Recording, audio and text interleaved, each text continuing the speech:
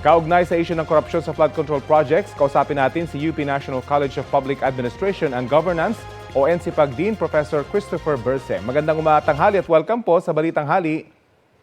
Magandang tanghali din sa lahat. Opo, paano po makakaapekto sa ongoing investigation ng anomalya sa flood control yung pagbibitiw ni DPWH Secretary Bonoan at pagpasok ni dating DOTR Secretary Dizon? Well, inaasahan ng lahat na magiging patas, no? Magiging objective ang bagong secretary kung meron mang ongoing investigation, no, na ginagawa o gagawin pa ang DPWH. Kasi ang pagbibitaw naman ni Secretary Bonoan ay may kinalaman sa command responsibility. Gaano ba kahirap o kasalimuot yung pag-iimbestiga sa korupsyon sa mga kawani ng gobyerno at ang mga departamento? Well, mahirap siya kasi hindi lang naman iisang departamento ang involved, no? Lalo na pagdating sa infrastructure projects, dumadaan yan sa planning, budgeting, procurement, all the way to elements ng taxation and everything. So kailangan tingnan ang lahat ng mga butas na nakita or ginamit ng mga different personalities, no, para sa issue ng corruption. Paano po ba mapipinpoint kung sino talaga yung mastermind, ika nga, o sino yung nakinabang dito sa mga ganitong uri ng korupsyon? Well, siguro mahirap yan na tanong, ano? Kasi alam nga natin na matagal na ito. This is not the first time na nangyayari. Ngayon nga lang pumutok ng malaki dahil masyadong malaki yung naging pinag-uusapan, no, na halaga ng mga nasayang na infrastructure na pera na pondo ng bayan. Siguro mahalaga yung sinasabi ng iba na dapat mayroong independent na investigating body para makita din talaga na walang mapapalampas at walang magiging bias, no, pagdating sa magiging proseso ng investigasyon at sa magiging kalalabasan ng investigasyon. Ano po ba dapat yung pagtunan ng investigating bodies ng pamahalaan para matiyak na may patas na investigasyon at talagang may mananagot?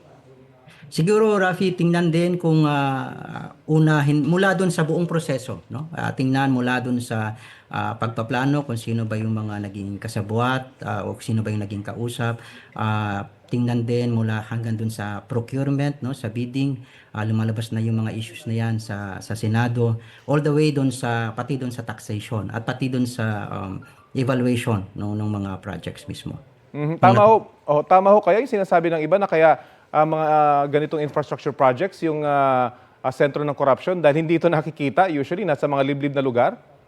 Well, una yon actually, totoo yon, ano? Mahirap i-monitor sa kasalukuyan kasi wala pa tayong mga talagang established na mechanisms that will involve communities, no? Kasi mahirap mag-monitor ng mga ganitong project kung hindi natin isasama ang mismong mga komunidad. Pero ngayon, I think may mga projects na inilunsad kagaya ng Project Dime at iba pang mga mechanisms and sa tingin ko yun naman ay makakatulong.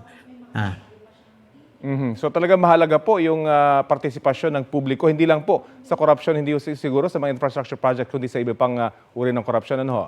Yes, opo. Hindi lang actually, yung mga flood control, mahirap talaga yan. Kasi halimbawa, kahit nga yung palagi sinasabi, yung mga dredging, kahit actually yung mga bridges, no, mga kalsada at mga tulay na itinatayo natin. Kung titingnan natin ang General Appropriations Act, may note doon na yung mga yan ay dapat ginagamit din or pinapatayo as anti-disaster, no, or disaster management projects. Well, abangan po natin kung may maging resulta itong mga investigasyon na ito. Maraming salamat po sa oras na binahagi nyo sa Balitang Hali.